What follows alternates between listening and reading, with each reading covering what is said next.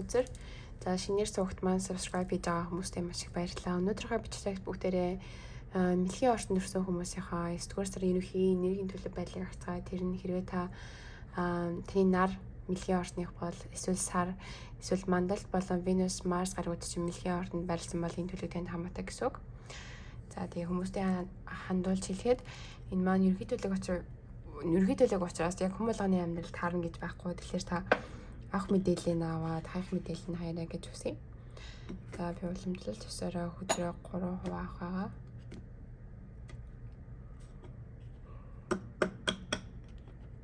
За ихтэй хуваахаас өмнө нэлээ бүгдээ энерги сайхан цэвэрлэгээ.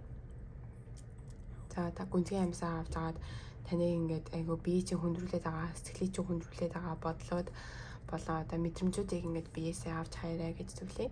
За 1 2 3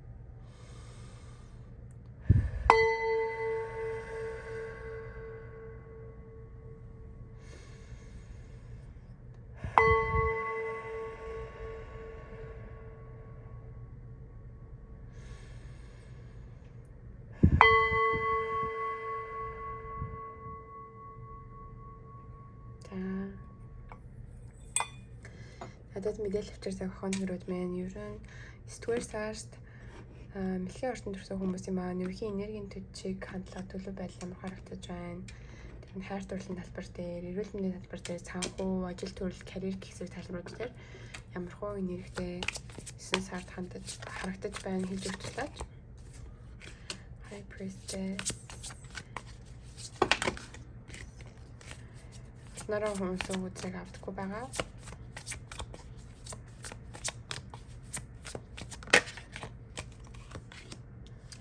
За 9 сард мэлхийн орчны маань энергийн төлөв байдал ямар хөө харагдаж байна.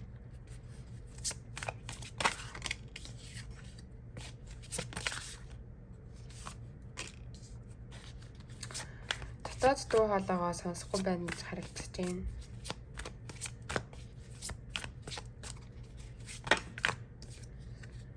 Дотоод дуу хоолойгоо сонсохгүй байна. Өөрийнхөө ертөнцтэй холбогдохгүй байна. За тэгээд нэг зүйлийг тавьж авахгүй байна. Сэтгэлээсээ урахгүй байна. Сэтгэлээ тавьж авахгүй байна. Нэг зүйлд айгүйх тийм сэтгэлтэй. Хүнд сэтгэлтэй байж болно. Эсвэл нэг зүйл таны одоо хобби ч юм уу те нэг зүйлийг хийхээр айгүйх таашаал авдаг байж болно. Тэгээд тэр сэтгэлээсээ зүхтахыг хүсэхгүй байж гин. Харин сэтгэлийг дагаж сонголтоо хийх хүсэж байгаа юм шиг харагдаж байна. Тэгээд дээрээс нь яг нуруунаас чинь ачаа авцсан юм шиг санагдах учраас илүү зоригтойгоор өөрийнхөө танилын хүрийг ихсгэх магадaltaй, илүү зоригтойгоор амьдралд одоо шийдвэрүүд гаргах магадaltaй байна л да. Ягаад дотоод ертөнцийнхөө гүн рүү ингэж орохоос зайлсхийгээд байна гэж харагдаж байна. High Priestess гэдэг өдрийг тодорхойлж өгөөч.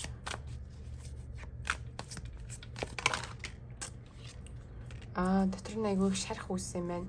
Заримдаа таныг ингэж одоо унтуулдаггүй, бүр хар дарсан зүуд мэд баг ингэж нойргуудулдаг тийм бодлууд, мэдрэмжүүд дотор ч хадгалаастай байгаа юм байна.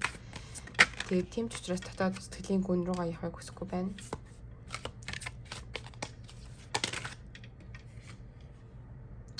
Анхаарал хавсан хасрахгүй. Ямар ч байсан зүгээр сэтгэлийн гүндэх тэр ертөнцөөсөө сонголтыг хийхгүй зүгээр л төр зургийн одоо юу гэх юм бэ? Зүгээр тур зургийн сонирхол одоо crush тур зургийн passion сонирхол хүсэл тачаалаасаа болж сонголтыг хийхийг хүсэж байна. Сонголт хийж байна. Энэ шарахыг эдгэх боломжууд гарч ирж байна гэж байна. Тэр өнгөрсний таны тэр таагүй болсон явдал байна л да. Одоо бол толгойд чинь бодогдоод сэтгэл зүрхэнд чинь мэдэгдээд байгаа тэр мэдрэмжийг тавьж болох боломжууд 9 сард гарч ирж байна. Тэгээд дээрсэн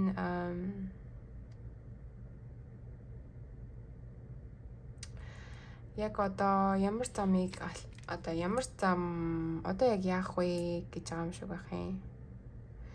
Ямар ч лсэн өнөөдрийг хүртэл яг шаргуу хөдөлмөрлжээ. Тэгээд яг уу танд шүү дээ яг тэр хүсний чинь өгөх боломжууд гарч ирнэ. Одоо санхүүгээрээ ч юм уу хайр дурлал дээр ч юм уу, эрүүл мэндийн талбар дээр ч юм уу, ажил дээр ч юм уу яг тийм хүссэн нэг шат байна да. Тэгээд тэр шатанд очих, тэр шатан дээр ахих хамаг хэрэгслүүд чинь байгаа юм байна л да. Танд өөрс чинь тэр авиас бэлгэн үү, оюун бодол нь үү, мэдлэг чадвар нь бүгдээрээ байгаа гэж байна. Тэгтэл та яг одоо ямар сонголт хийх вэ гэд ингээд ажиглаад байж байгаа юм шиг харагдаж байна.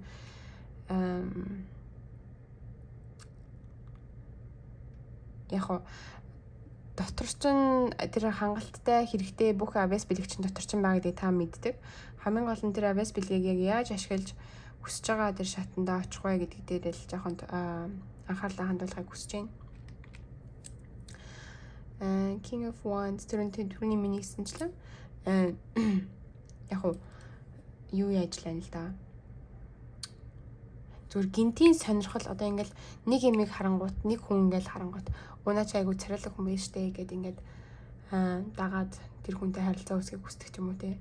Эсвэл нэг шинэ project орж ирэнгүүтээ хийжсэн юм хаяал шинэ project руу явдаг ч юм уу.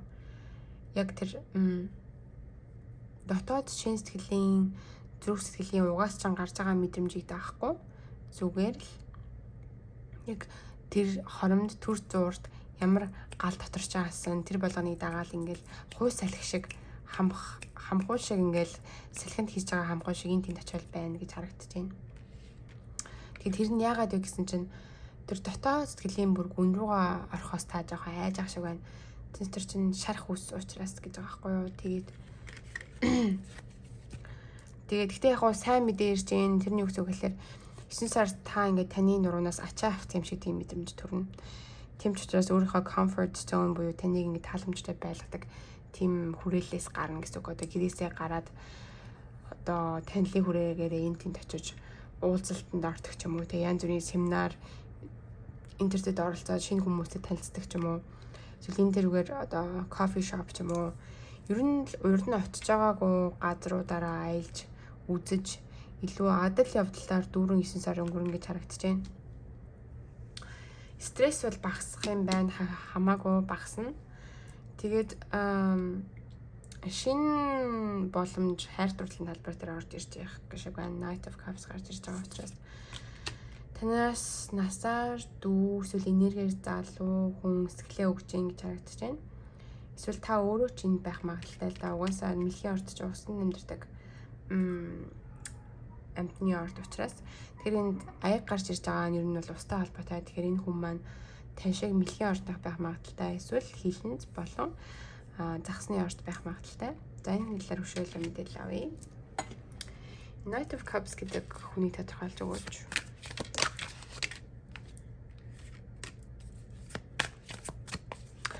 Та хоёр зүгээр холоос ингээд бие бинийгээ ажиглаад байж байгаа. Урт хугацаанд ингээд одоо яа тийм те урт хугацаанд тогтвортой тийм харилцаа үүсгэж чадах болов уу гэж ингэж бодож байгаа юм шиг байна. Зарим нэг мэлхийн ордныхан байна. Холоос ингээд ажиглаад контакт үүсгэхийг хүсэхгүй байж магадгүй. Бие бинийгаа яг бие бинийгаа мессеж ирэхийг хүлээгээ тий арай нээсээс урдаж гарч байгаа юм чинь контактгүй байна гэж яг одоо. Тэгэхээр яг нуу энэ Queen of Pentacles хүн ямар хүн байдаг вэ гэхээр жоохон motherly буюу жоохон хүн болгоны ээж нь байхыг хүсэж гэдэг. Хүн болгонд ингээл одоо хоолны эзэн бол хоолоо эзэн бол яасан бол дудлаа хувцас өмсөж байгаа л яаж байгаа л гэдэг аюу тийм хүн болгоны жоохон ингэж халамжилж, хайрлаж, инхрийлж, үр шиммээр ингэж хангахыг хүсдэг. Тэгэхээр тэр зан характер чинь энэ хүнд жоохон таалагдахгүй байж магадгүй. Яг тэгэхээр зарим хүмүүс хит их бөөцөлөгдөх бас дургуй штэ тий. Тэгэхээр имийг жоохон алтан дундчийн байрч хий гэж харагдаж байна.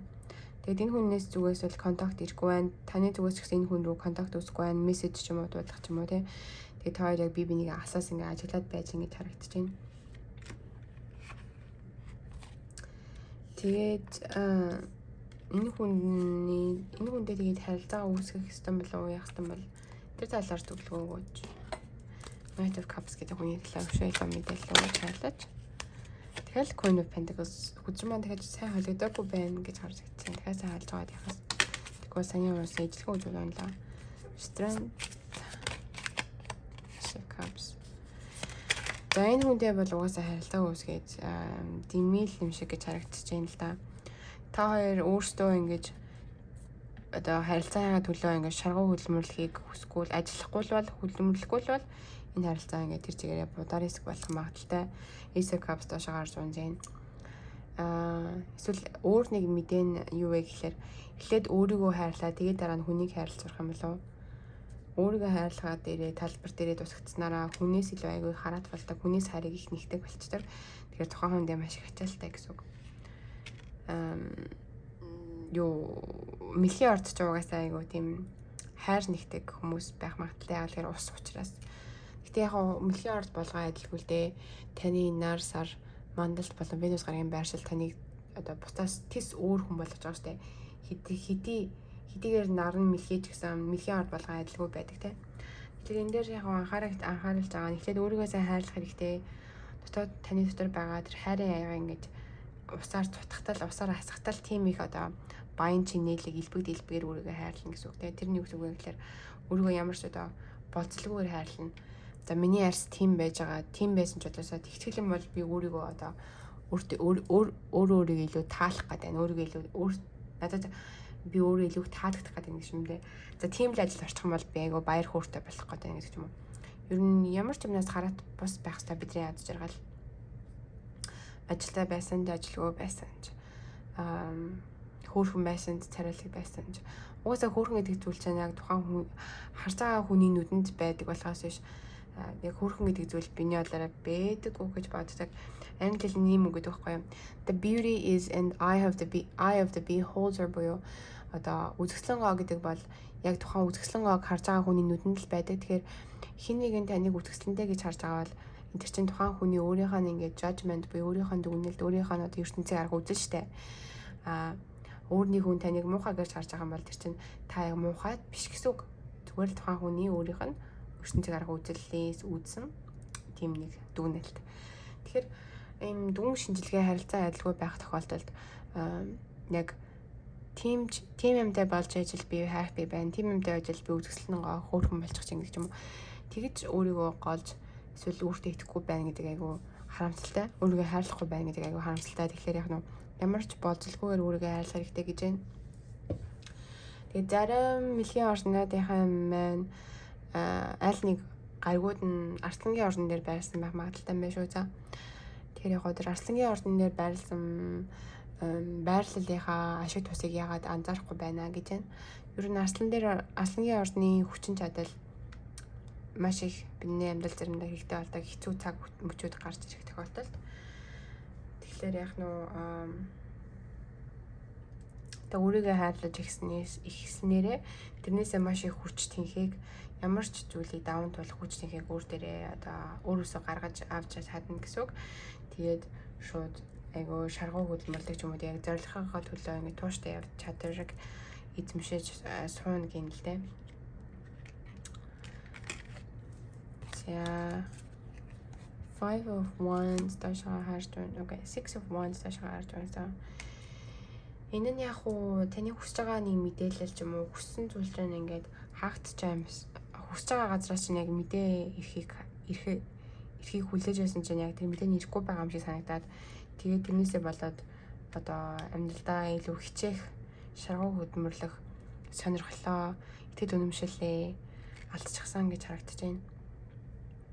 Зарим нэг мэлхийн орныхын маань ийшээ тийшээ ингээд анкета бүгэлж явсан бол аль нэг албан газар руу шинэ ажилд орох гээд тэгснээр тэр ажлаас нь яг нөө хүссэн хариуг нь өгөхгүй байгаа мó эсвэл аюу тэр ажлынхаа хүлээлгээд байгаа мó тэрийн тохиолдолд энэ талаар өшөөлөө мэдээлэл аваад тэгээд би та бүхэндээ бодлосоо хуваалцъя. Сахиусны нэрүүд маань юу мэдээлэл өгж байгааг хуваалцъя. За мэдээлэл авчирж байгаа сахиусны нэрүүд маш их баярлалаа. Энэ хүлээж тодорхойлж өгөөч.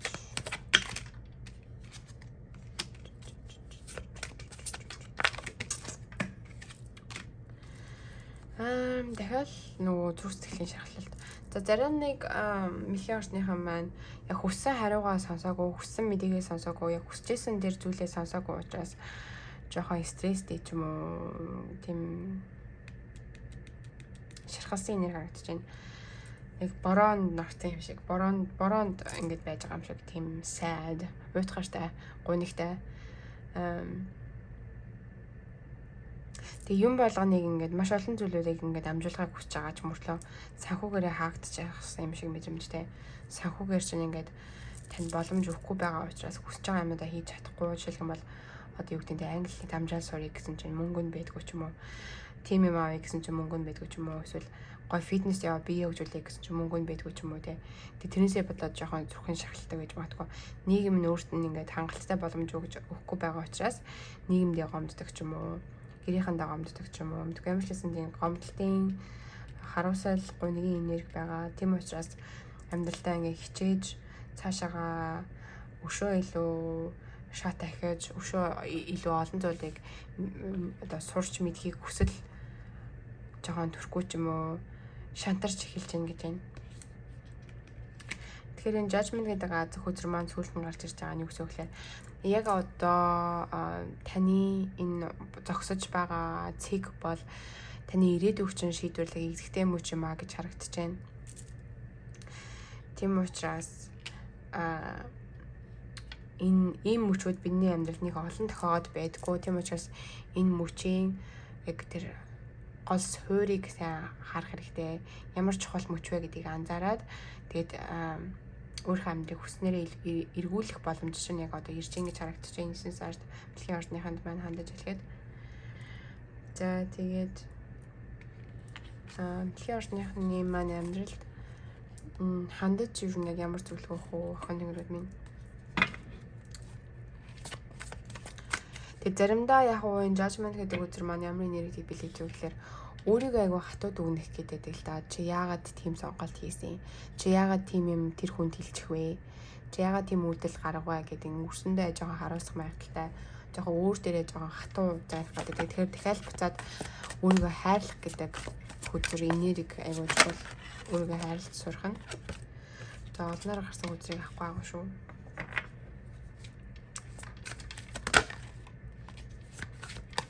Judgment гэдэг хөзрийг тодорхойлж өгөөч. Тийм хүссэн мэдээлэлээ одоо хүсэж байгаа газараа хүссэн мэдээгээ сонсохыг хүсэж байгаа бол одоо яг сонголтоо хий. Бити ингэ сонголтоос зайлсхийгээд ай гэж байна. Энэ угаасаа таны сонгож байгаа зам чань айгүй их тийм тэмцээн маргаантай тэмцэл өрсөлдөөн ихтэй байж магадгүй таны сонгож байгаа зам чань. Одоо явж байгаа зам чинь ч гэсэн маш их өрсөлдөөнтэй байж магадгүй. Эсвэл таны дотоод ертөнцид чинь жоохон тийм дайн ч юм уу, тийм өрсөлдөөн ч юм уу дотоод ертөнцид чинь бас ингээд жоохон юу савлгаатай байна гэж харагдаж байна. Тэгээд айгу инрэнгүү зөөлөн сэтгэлтэй хүн болгоныг өрөвдөж хайрладаг тийм өрөвчгөн хүн байна л да таны амьдралд. Эсвэл та өөрөө ч байж магадгүй. Тэгээд ийм өрөвчгөн хүмүүсийг заримдаа хүмүүс нөгөө өчи амар өрөвчин мэдэрч айгу суул тааштай гэд ашиглах магадaltaй. Гэтэл яг үүндээ бол өөрийгөө гаргуунд хаяад бусдын төлөө ингэж бараг амиа өгөхөж бэлэн байдаг хүмүүс, хамгийн хүчтэй хүмүүс байдаг. Тэгэхээр та заримдаа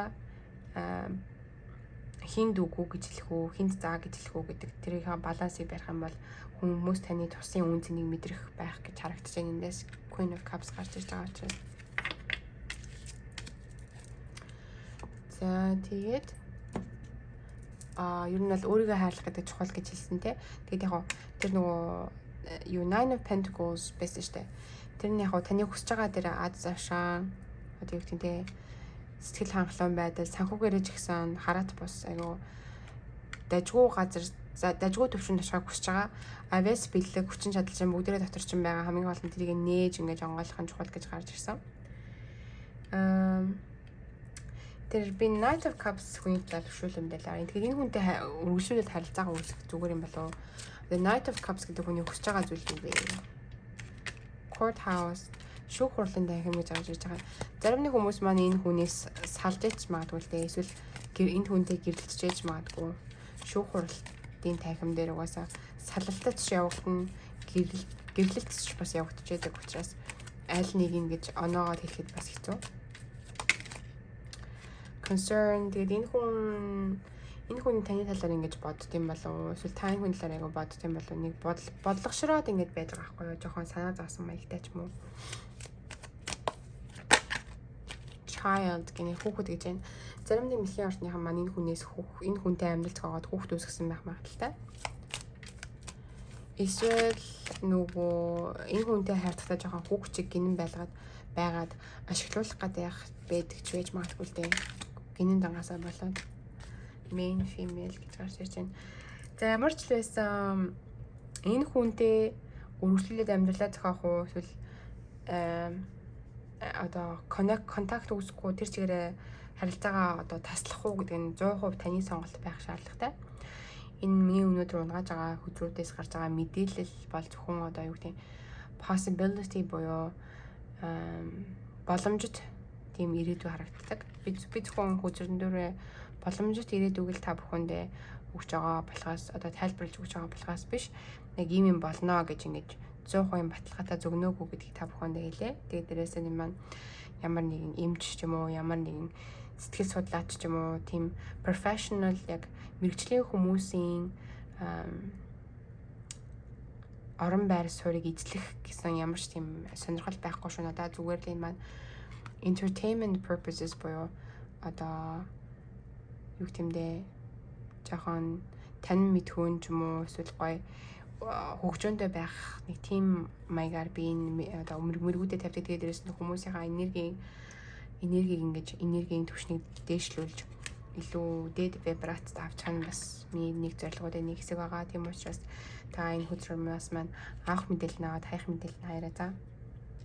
За ямар ч лсэн та бүхэндээ хандаж хэлэхэд 9 сар бол айгүй чухал сар гэж харагдаж байна. Таны дараагийн чинь одоо ирээдүй гэж чинь хаашаа явахыг бэлэгдэж байгаа, хаашаа явахыг шийдэх сар учраас айгүй шаргууг үлмэлдэг ч юм уу нэлээд одоо өөрийнхөө зорилгууд дээр маш анхаарч ажиллах гэж байна л да. За тэгээд та бүхэдтэй зориулаад би энэ нэг чулууны мэрэгний юм авсан байгаа. Тэгэхээр энэ чулуунаасаа нэг чулуу сонгоод тэр нь ямар мэдээлэл өгч байгаа тэрийг харъя. За 9 сард ямар зөвлөгөө мэлхийн орчныханд маань өгөх вэ? Тэр талаар хэлээд өгч. Энэ шууд бүр ингэж хаасайгүй унжин.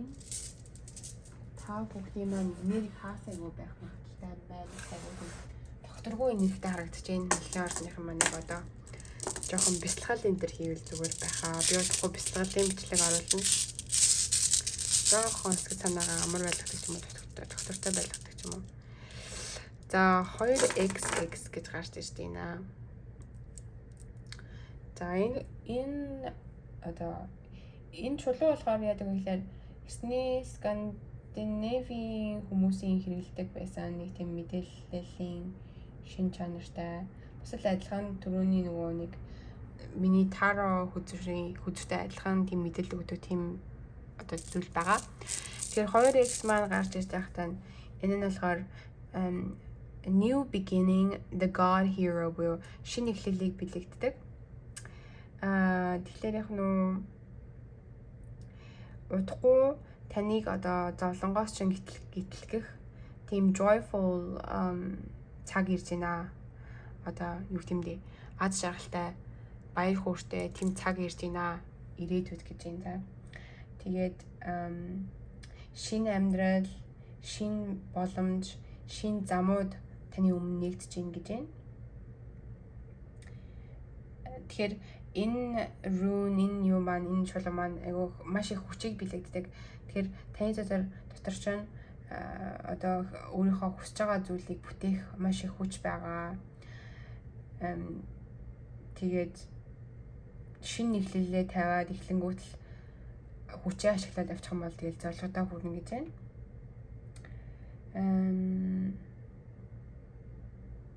Тэгэхээр та өөрийнхөө эрх чөлөөнд хүрэхийн тулд яах нь вэ? Эхлээд хөрсөө маш сайн одоо fertilize гэдэг ч юм уу гэдэг. Хөрсөө маш сайн ингэж бордох хэрэгтэй гэж байна өөрийнхөө хөрсийг. Одоо тэрний юу гэдэг нь оюун бодороо ном уншдаг ч юм уу, бясалгал хийдэг ч юм уу, өөрийнхөө бага наснаас үүсэн сэтгэлийн шархаа эдгэдэг ч юм уу, ямар ч байсан тэр хөрсийг айгуу сайн шинэ эхлэл тавигдах хөрсийг маш сайн бордох хэрэгтэй. Тэгээд угаасаа таны амьдралын эргэн тойрны бүх зүйлүүд ингээд өөрчлөгдөж байгаа. Угаасаа манай дэлхий тэр чигээрээ нийгмийн эдийн засаг тэр чигээрээ өөрчлөгдөж байгаа шүү дээ, тийм. Бид нэр угаасаа одоо ямар нэгэн саад бэрхшээлийн дунд үргэлж амьдран гэж байхгүй. Дандаа бас happy зүйлүүдийн таашаалтай зүйлүүдийн дунд дандаа үргэлж байна гэж байхгүй нүгээр дээшээ доошоо энэ бишээ down diving гэж явдаг учраас одоо яг таны дээр шинэ эхлэлийн цаг ирж байгаа гэж тэгээд энэ бас great power буюу маш их хүчийг бэлэгдэж байна. За тэгээд 9 сард мэлхийн орчныханд амжилт хүсье. Намайг дагж байгаад маш их баярлалаа. Юу сансан 9 цагаа хүсэж сэтгэлчлэн бүтэх болтугай. Эрүүл байгаарэ. Хайртай шүү.